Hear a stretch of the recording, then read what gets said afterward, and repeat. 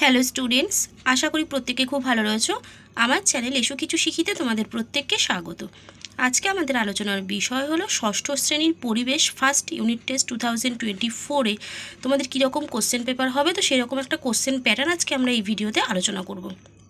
তো সবার প্রথমে বলে রাখি, যারা চ্যানেলে নতুন অবশ্যই কিন্তু চ্যানেলটিকে সাবস্ক্রাইব করে নোটিফিকেশানটা অল করে রাখবে, যাতে রোজকার ভিডিওগুলো তোমরা দেখতে পারো। ভিডিওটা ভালো লাগলে অবশ্যই একটা লাইক করে দিও।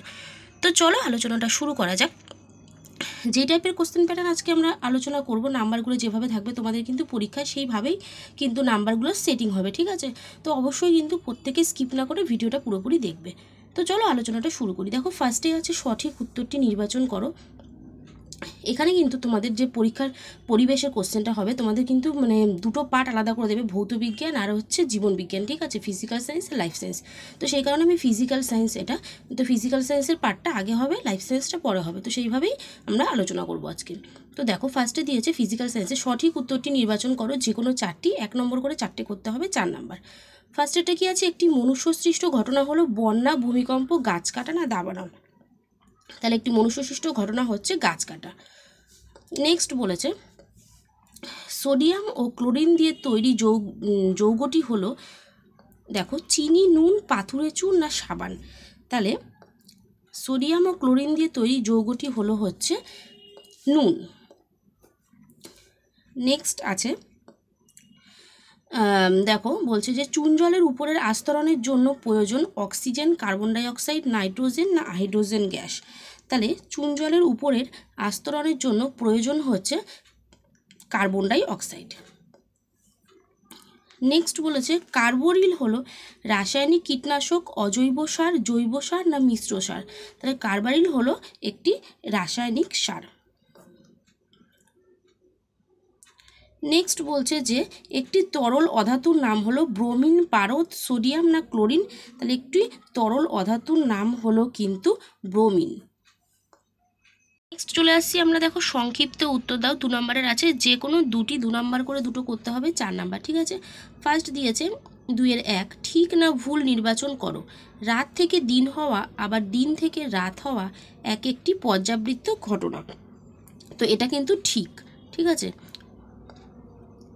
ঠিক। নেক্সট বলেছে দুটি মৌলের পরস্পর যুক্ত হওয়ার ক্ষমতাকে বলা হয় ড্যাশ। তাহলে দুটি মৌলের পরস্পর যুক্ত হওয়ার ক্ষমতাকে বলা হয় কিন্তু যোজ্যতা। যোজ্যতা।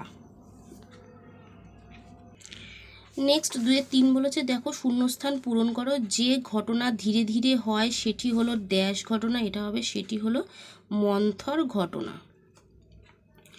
নেক্সট 3 নম্বর চলে আসছি, বলছে একটি বা দুটি বাক্যে উত্তর দাও। যে কোনো দুটি, 2 নাম্বার করে দুটো করতে হবে আমাদেরকে, 4 নাম্বার।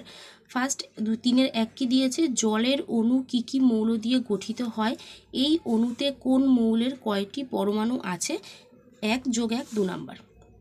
তাহলে দেখো, জলের অণু হাইড্রোজেন ও অক্সিজেন নিয়ে গঠিত হয়। এই অণুতে হাইড্রোজেনের 2টি ও অক্সিজেনের 1টি পরমাণু আছে। তারপর বলছে প্রদত্ত মৌলগুলির চিহ্ন লেখো। কোবাল্ট, কোবাল্টের চিহ্ন কি? CO। হিলিয়ামের চিহ্ন HE। লিথিয়ামের চিহ্ন কি? Li। পারদের চিহ্ন হচ্ছে Hg। নেক্সট চলে আসছি 3-এর দাগ বলছে অভিপ্রেত ঘটনা কাকে বলে? উদাহরণসহ লেখো। উত্তর লিখব, যে সমস্ত ঘটনা প্রকৃতি বা মানুষের ক্ষতি করে না সেগুলিকে অভিপ্রেত ঘটনা বলা হয়। যেমন গাছে ফুল ফোটা, বীজ অঙ্কুরিত হয়ে নতুন চারা গাছ জন্মানো ইত্যাদি। এগুলিকে বলা হচ্ছে কি না অভিপ্রেত ঘটনা। এবার আমরা লাইফ সায়েন্সের পার্টটা নিয়ে আলোচনা করব। দেখো কি বলেছে, সঠিক উত্তরটি নির্বাচন করো। 1 নম্বর করে দুটো করতে হবে আমাদেরকে, 2 নাম্বার। ফার্স্ট কি বলেছে? সাগর কুসুমের সঙ্গে মিথজীবিতা দেখায় সন্ন্যাসী কাঁকড়া, ক্লাউন মাছ না কোনোটি নয়। তাহলে সাগর কুসুমের সঙ্গে মিথজীবিতা দেখায় হচ্ছে সন্ন্যাসী কাঁকড়া।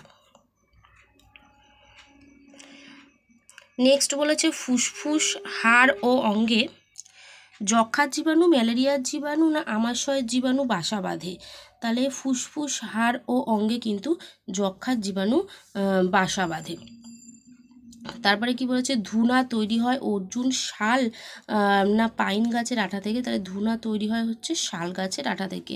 নেক্সট বলেছে সংক্ষিপ্ত উত্তর দাও, যে কোনো একটি করতে হবে। 1 নাম্বার আছে শূন্যস্থান পূরণ করো। যে ভিটামিন আমাদের চোখ ভালো রাখতে সাহায্য করে সেটি হলো ড্যাশ ভিটামিন। সেটি কি হবে? সেটি হবে ভিটামিন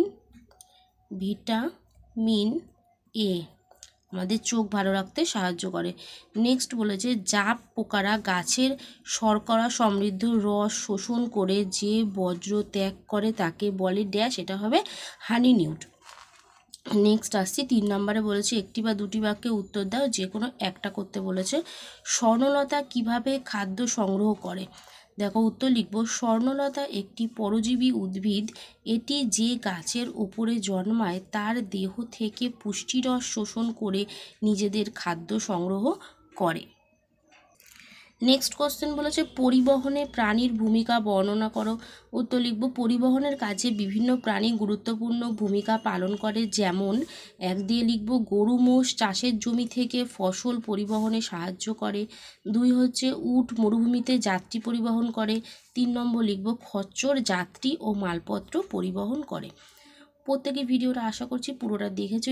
এই টাইপেরই কোশ্চেন কিন্তু তোমাদের ফার্স্ট ইউনিট টেস্টে থাকবে, অবশ্যই প্রত্যেকে দেখে নেবে। তোমাদের পরীক্ষাটা হবে 15 নম্বরে। যারা চ্যানেলটিতে নতুন অবশ্যই কিন্তু চ্যানেলটিকে সাবস্ক্রাইব করে রাখবে নেক্সট ভিডিওগুলো দেখার জন্য। তো চলো আজকের মতো এখানেই শেষ করছি।